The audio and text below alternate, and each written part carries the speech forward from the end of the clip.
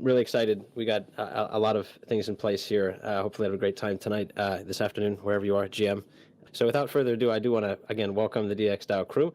Yeah, hey, thank you so much for the introduction, T. Wells. We're super, super excited to be here. I think we have 5 or so from our end. We'll be hopping in and out throughout the various questions, giving some context, answering some questions. But yeah, just super, super excited.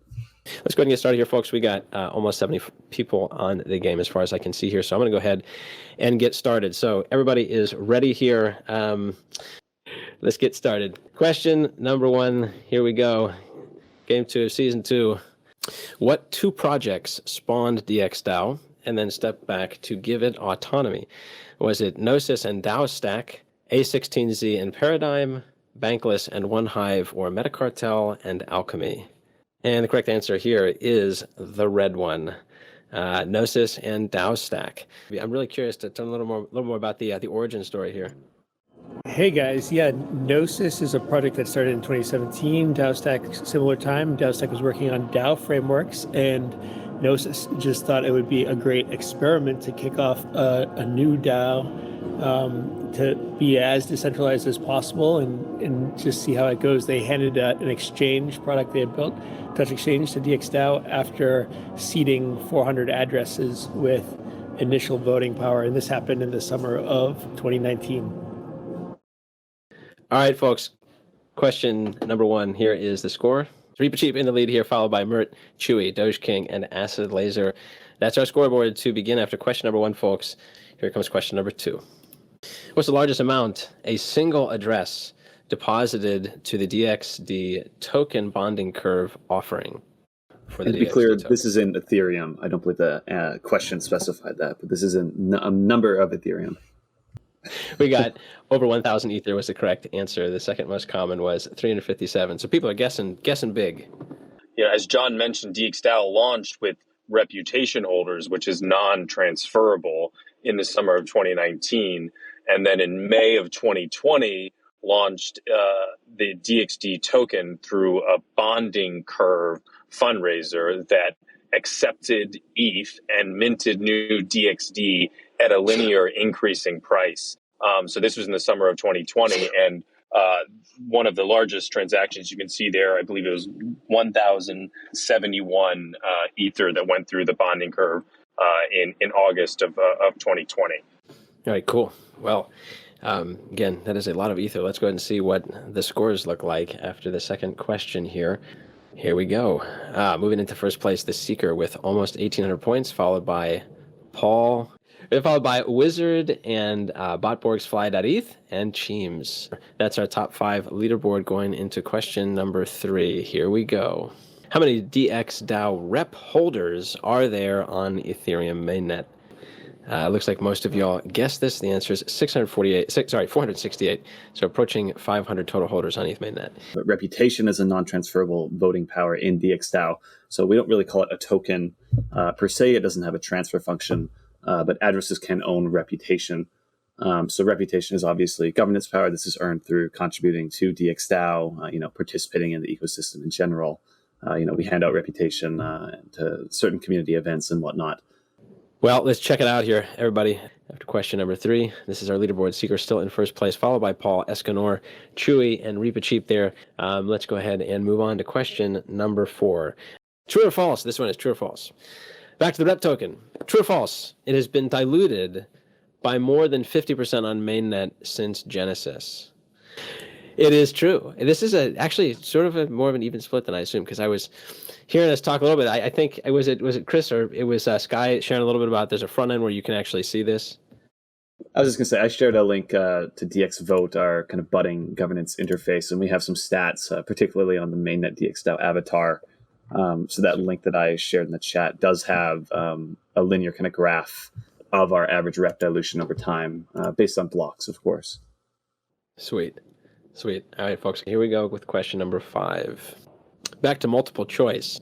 Okay, now read carefully. How many different types of dollar-pegged stable coins, how many different types does the DXdao treasury, or does DXdao own at least 1 million of in its mainnet treasury? I think the implication is here that there are a variety of dollar pegged in the DXdao treasury. How many of them have a balance of at least 1 million?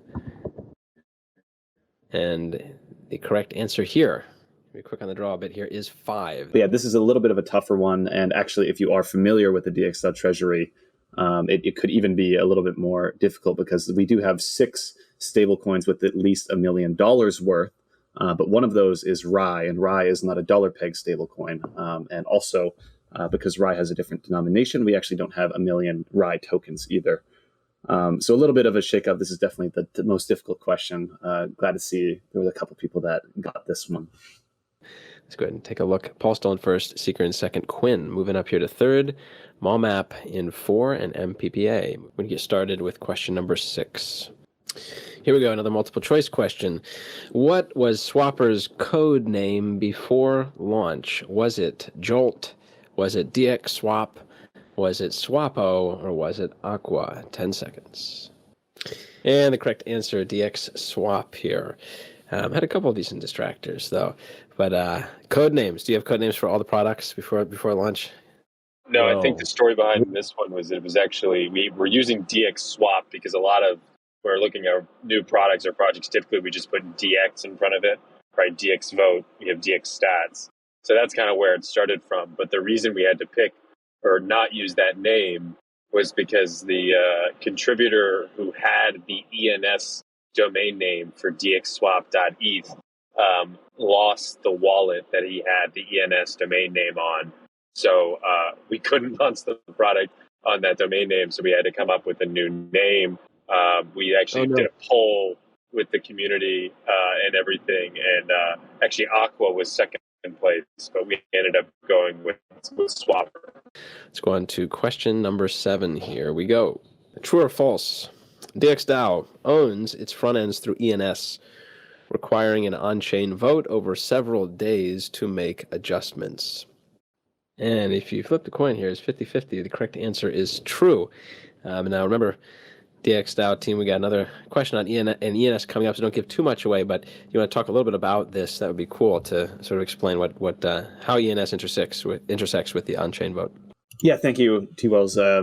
Just wanted to give a little bit of a, hopefully a little bit of a softball on this one. It does look like there's a little bit more contention than we were expected. We did kind of hint towards this before.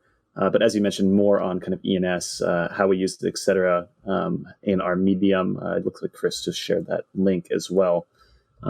Maybe some alpha for the next question here. But we'll talk a bit more once that's out of the gate. Cool. Let's do it. And let's go ahead and get into question number 8. We got 3 questions remaining in the game. Here comes question number 8. How many ENS domains does DXdao currently have deployed for trustless front-end ownership? Is it 2? Is it 5? Is it 8? Or is it 13 ENS domains? Correct answer here, the blue one, 8. So this is the last ENS-oriented question. If the DXdao team wants to take over, I think this is a really cool bit to share with everybody in case they don't know already.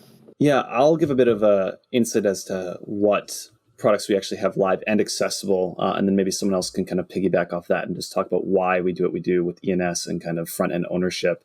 But kind of kicking it off, we do have the products we mentioned earlier that are live and accessible today. So Omen Swapper, DXDAO's own landing page, which is technically not a product, but another ENS front end that we own.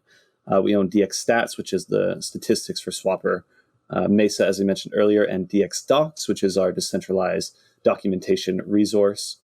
On top of that, we have 2 that aren't currently being used, but are still accessible and owned by the DXdao. That's DX Trust, which was the original domain used to mint DXdao on the bonding curve, DXD token rather. And there's also Rails, which is one of DXdao's older products, depreciated but still inaccessible ENS link and cannot be taken down by anyone but the DAO. Yeah, out of tens of thousands of .eth domain owners, most of them are just flexing them as handles on Twitter. They don't have any website uploaded. And even if they do, which is just a handful of devs who are savvy enough to do it, it is just still one person using the domain just like any other domain, which is, again, not much uniqueness in that. But when Chris says a DAO managing a domain, now think of a dispersed global sovereign collective of 500 reputation holders managing a single domain. Now that's decentralization and trustlessness. Sweet. All right, everybody. Well, let's take a look here. Here we go with question number 9. 2 left here. Question number 9. Here we go. Multiple choice. On which chains does DXdao have a governance base deployed? Is it Solana and Boba? Is it Polygon and Avalanche? Mainnet and Optimism? Or Gnosis Chain and Arbitrum? It is the green one, Gnosis Chain and Arbitrum. One Hive debated Arbitrum as well, and I think that's still part of what we'd like to see happen in the future. But obviously, you guys, when did you all deploy to Arbitrum? With the launch of the mainnet on August 31st, we were the only DEX along with Uniswap and SushiSwap to launch on Arbitrum. Swapper was a pioneer again. We deployed on testnet, started testing it in early, I think, February, and then we were ready for the launch. Swapper chose to distribute its governance token on Arbitrum for the better user experience with faster and cheaper transactions. Great to have this sort of increasing activity, it seems, just on Gnosis Chain. That's very exciting. We got one question remaining today. Here we go. Another multiple choice. What was the first project to receive a grant from DX Ventures? Was it Opolis? Was it Hats, Double, or Atlantis? The answer is Opolis here. A number of people did get this one correct. And I'd love to hear more about DX Ventures from the team here. This is a really cool thing. Yeah, so DX Ventures was originally found, initially it was like an idea that was being thrown around. As DXdao was building products, we realized that the tools that an actual on-chain DAO needs to organize, to build, to create, to use, to work, to receive payroll, forums, most of those tools didn't exist in a decentralized manner where it could be owned by a DAO and used by a decentralized community. And so DX Ventures was created for a couple reasons. First, to use the treasury to fund the actual products and teams that were building the tools that DAOs actually need. And if DXdao needs it, then chances are other DAOs will also need it. And really pushing forward the decentralization of all of those tools and products. Right on. All right, so let's check it out here at the end of the game. We're ready to see the scoreboard. So let's go ahead and take a look here again. And after the game with DXdao, these are our podium winners. In third place, with almost 6,500 points, we have Ollie Orange.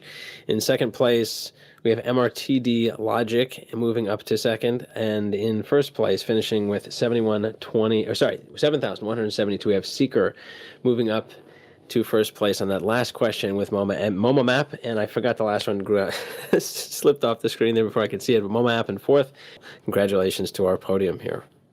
There were 137 players today. Now that blows the previous record out of the water. We can see the finishing for the top 10 actually on screen. So Seeker, Mert, Ollie Orange, Momap, Paul back there in, let's see here, in fifth place, Jerry the Great in sixth, Levy UC. We've seen you a number of games. Welcome back in seventh, as well as MPPA. You've been with us before. Escanor and Aussie Cross. Welcome to everybody here. Congratulations and welcome to everybody who played with us today. It's been a lot of fun, DX crew. I appreciate you all for sponsoring and coming on over for some fun today. Yeah, of course. And this was super, super awesome, and much appreciation to you folk as well for having us. Yeah, thanks so much. Good stuff. Thank you to everyone